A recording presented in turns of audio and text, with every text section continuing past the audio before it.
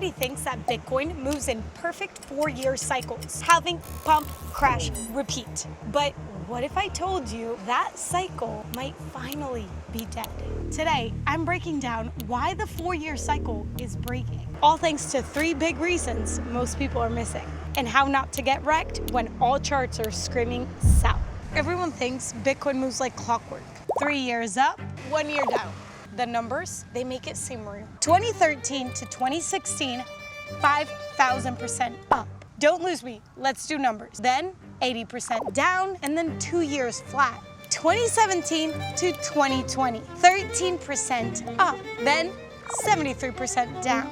2021 to 2024, 300% up, 65% down, and you know the rest. Bam! The pattern looked perfect. The halving years cut the Bitcoin supply in half. Less new Bitcoin hitting exchanges. Adoption keeps growing. Price overheats. Then, boom, crash. People literally built memes around this cycle. And they weren't crazy until now.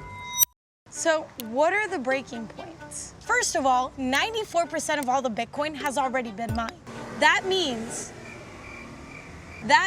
those halving, once a supply shock, don't shock the system anymore. Second, the players have changed. It's not just retail panic buying on Coinbase like 2017. It's BlackRock ETFs. It's public companies adding billions to their balance sheets. All the people who don't watch the price of Bitcoin every day. They're just looking to add it to their portfolio and forget about it. Passive money buying every quarter. No emotions, no memes, just allocations. And third, look around. The economy is a mess of mixed signals. Don't believe me? Let me pull up the receipts. Inflation is going down in some reports. Meanwhile, it's creeping up in others. Job data looks very strong. That is until you ask CEOs, CFOs, small business owners, because they're all bracing for slowdowns. Tariffs go up, consumer confidence goes down. The Fed hints a cut, but markets still whipsaw like it's 2008.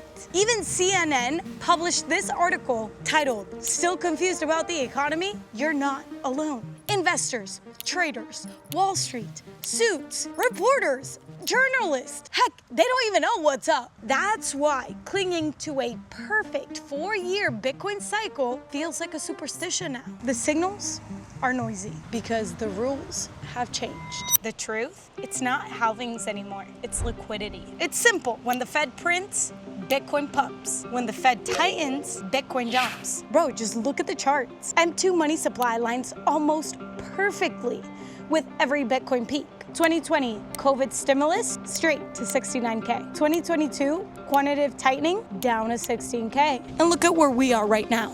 The largest economy on Earth just committed to $2 trillion in deficit spending, which, for the record, is something that you normally see when you're in a global war. And M2 just broke record highs after 2 years flat. Meanwhile, treasury companies like MicroStrategy are accumulating over 3% of the Bitcoin supply in less than 2 years. ETFs absorbing 4%. OG whales selling 80,000 Bitcoin in one move. Can't you see what's happening? Bitcoin is moving hands from 15 years of retail control to institutions that only have one button in their desks. And that's the real driver, not a meme rainbow chart on Twitter. So here's the question that everyone asks. If the 4-year cycle is dead, when should I sell? Wrong question. Because here's the thing, that's the wrong way to think about it. Look, we almost sold our Bitcoin to build the Bitcoin Cafe. We almost sold our Bitcoin to build our gym. We were waiting for that right cycle moment to sell. But here's the news, that moment never came. So instead, we used a let-in. Instead of selling our Bitcoin, we got a loan and used our Bitcoin as collateral. Not only do we avoid capital gains, we keep the upsides if the Bitcoin price rises. There's zero rehypothecation and full proof of reserves. Now, we have a gym, we have a Bitcoin cafe, and literally our clients pay for the loan interest themselves. Look, everybody talks about what they're gonna do when Bitcoin hits a certain fiat price number, but If you're tired of waiting, just go check out Let It and see what you can actually do with your Bitcoin. So that's the play. Don't let charts cheat you out of your Bitcoin. Don't let rainbow charts decide your future. The 4-year cycle was never the point. The point is, Bitcoin is finite. Your time, your labor, your life, stored in an asset no one can print. The people who win in Bitcoin are not the ones that are waiting to time the top. They're the people who treat Bitcoin for what it is,